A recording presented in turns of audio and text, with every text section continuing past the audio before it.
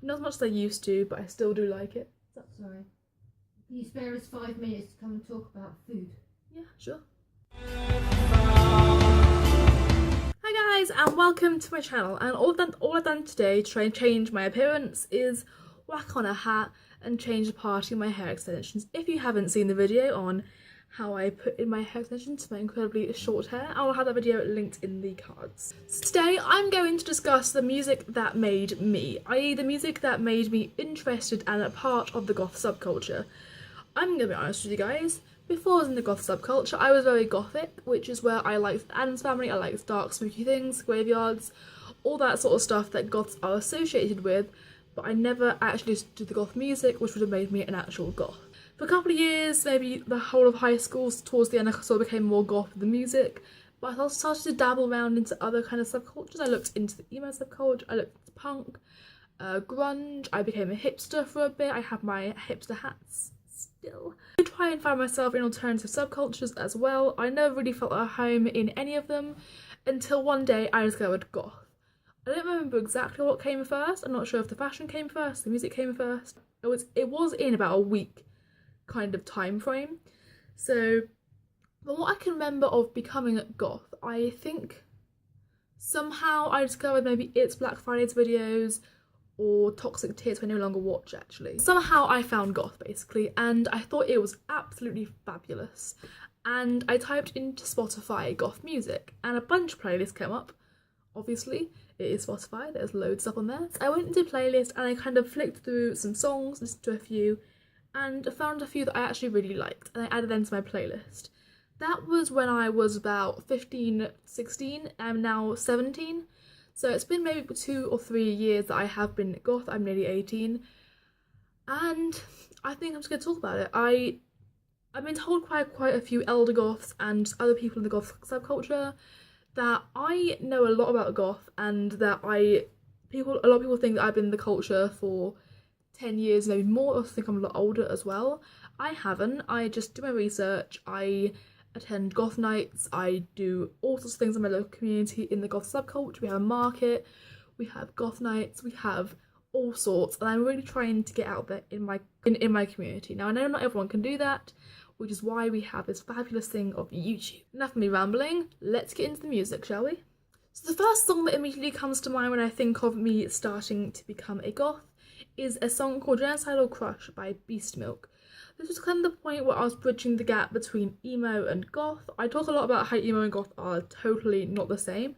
They're definitely not the same, but I know a lot of people who kind of went towards emo because it was the only subculture they had in their high schools or their local communities, and then discovered that goth was more their thing and slow transitions. That is what happened with me as well. I didn't know any goths there. Still, to my knowledge, no goths at my high school. I was the only one. There were a few emos and a couple of metal kids who I was friends with at the time, so me being emo was like kind of a natural thing for me to go towards to try and fit in with them. Didn't work, by the way, didn't work at all.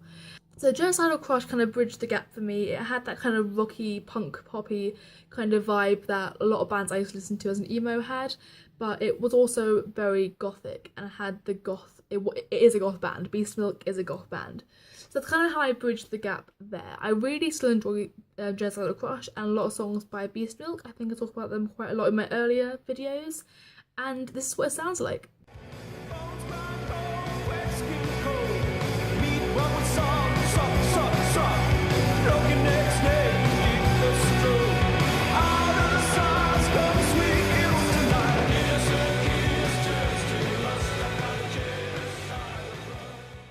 So on the same lines of me bridging the gap between emo and goth, another song that really came to me was by a band called Escape with Romeo. Now, it's hard to tell they are a punk band, but some of their songs are more rocky, some of them are punk rocky, some of them are pop punk, some of them are goth. So it's very, very varied as to what they put out, so they are a punk band as their main band, but they still bridge kind of the gap between me discovering other different songs, and the song was Everyone Against Everyone, and this is what it sounds like. In this world, under the sun, look what it has become. Everyone against everyone.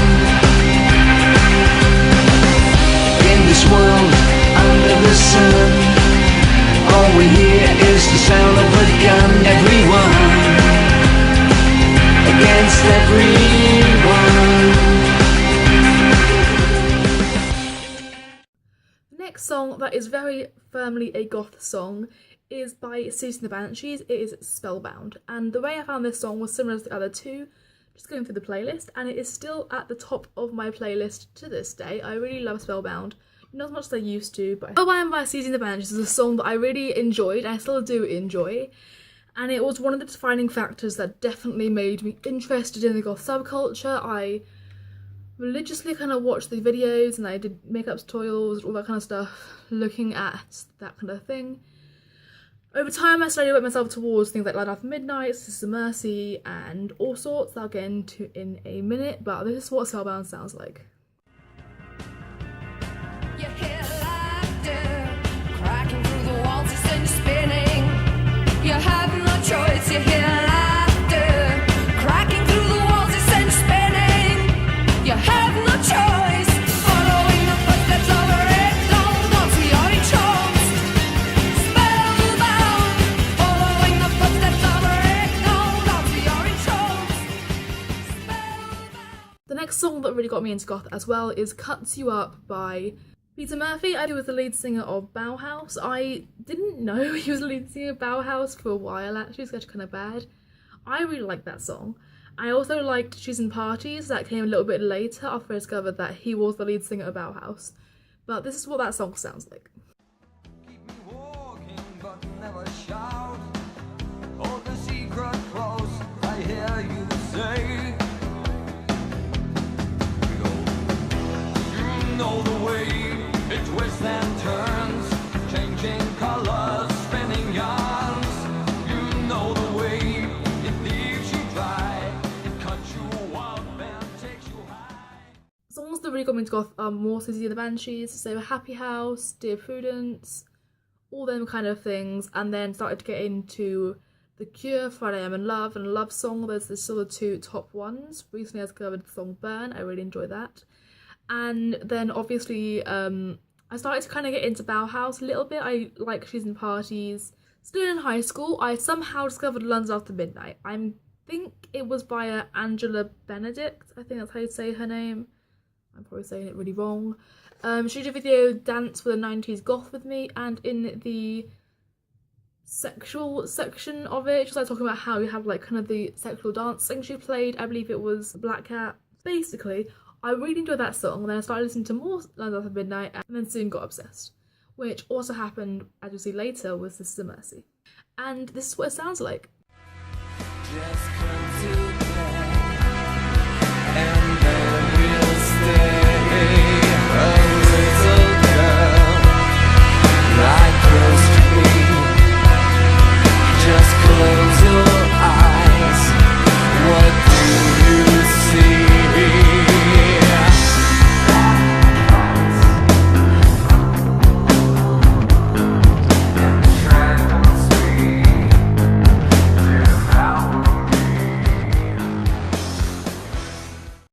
To college, just the end of 2017, and I met a lovely girl whose namesake is This Is a Mercy song, and that kind of got me into them. I started listening to Alice, that is her namesake song.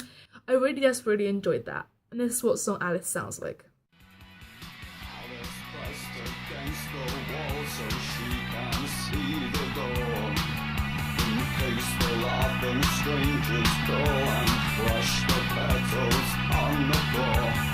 Alice in her party dress, she thanks you kindly, so serene she needs you like she needs a trance to tell her that the world is clean, to promise her a definition, tell her where the rain will fall. So after listening to Alice, I got into Temple of Love and Dominion and all that sort of stuff. Then I soon became desperately in love with the Sisters of Mercy. I really don't know how it happened. It just kind of spiraled into like an obsession. So those are the songs that made me goth, and I really hope you enjoy these songs as well.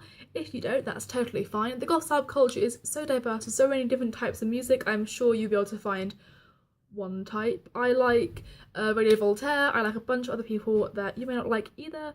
I do have a few videos on my channel about me talking about goth music. I'll have them in the cards. But these are my personal favourite choices for music and how I personally got into goth. I'd love to know how you got into goth or are getting into goth, as some of you still may be working your way into the subculture, and I'd really love to hear about that. But for now, thank you for watching. Don't forget to like, comment and subscribe, and hit the notification bell so you get notified of when I post, which is 2 times a week. Also, if you want to see more of me, you can find me on Instagram, Gothicamino, and that's about it, to be honest. So, stay safe, stay dark, and bye.